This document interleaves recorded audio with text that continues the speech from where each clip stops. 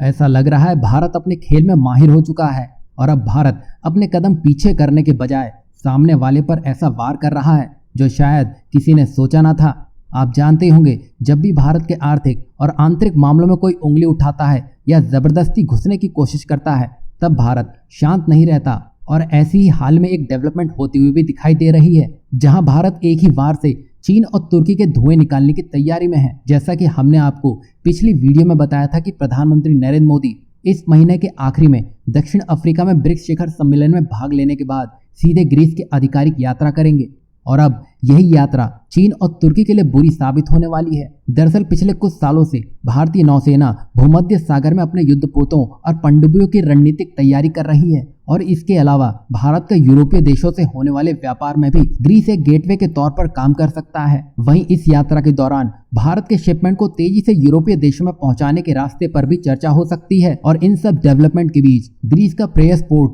अपनी बड़ी भूमिका निभाता दिखाई दे रहा है। आपने देखा ही होगा, चीन दुनिया के ज्यादातर देशों के पोर्ट्स को कब्जाने में लगा है या तो फिर उनकी बड़ी हिस्सेदारी खरीदने में लगा है।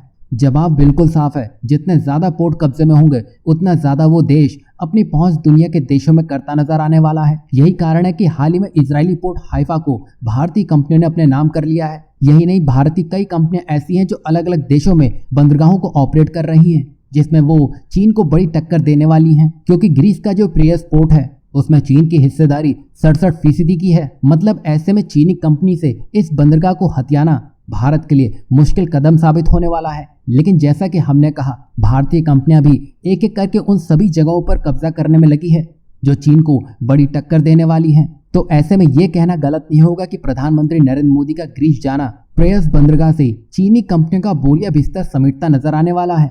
आपको याद होगा, भारत ने चाबहार के लिए भी खूब निवेश किया था ताकि यूरोप के लिए गेटवे, साथ ही साथ उसे पाकिस्तान के ग्वादर बंदरगाह के काट के रूप में भी देखा जा रहा था।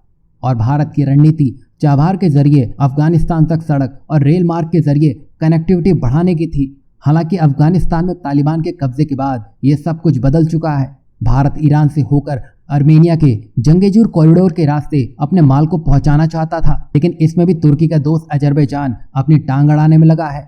तो जब माहौल ही अस्त व्यस्त हो तो मजबूत शुरुआत कैसे हो सकती है। वहीं जब बात आती है ग्रीस के पीरियस पोर्ट की, तो यहाँ भारत सारे समीकरण अपने पक्ष में करता नजर आने वाला है। क्योंकि इस समय ग्रीस को भारत की और भारत को ग्रीस की जरूरत है। तो दोनों ही देश जानते हैं कि आगे क्या करना है और कैसे करना है। क्योंकि भारत का ग्रीस पहुंचना और रणनीतिक संबंधों को मजबूत करना तुर्की के लिए भारत का बहुत बड़ा संदेश होने वाला है। वहीं जिस तरह भारत एक मैन्युफैक्चरिंग हब बनने की दिशा में तेजी से अग्रसर है, उसी में ग्रीस से बनती यह कनेक्टिविटी एक बड़ा गेटवे यूरोपीय मार्केट के लिए बनता दिखाई देने वाला है, जो कहीं ना कहीं चीन को भी एक बड़ी चोट पहुंचाता नजर आने वाला है। और ये तो बस शुरुआत भर है, क्योंकि भारत के बड़े लक्ष्य अब इन देशों को पीसते नजर आने वाले हैं।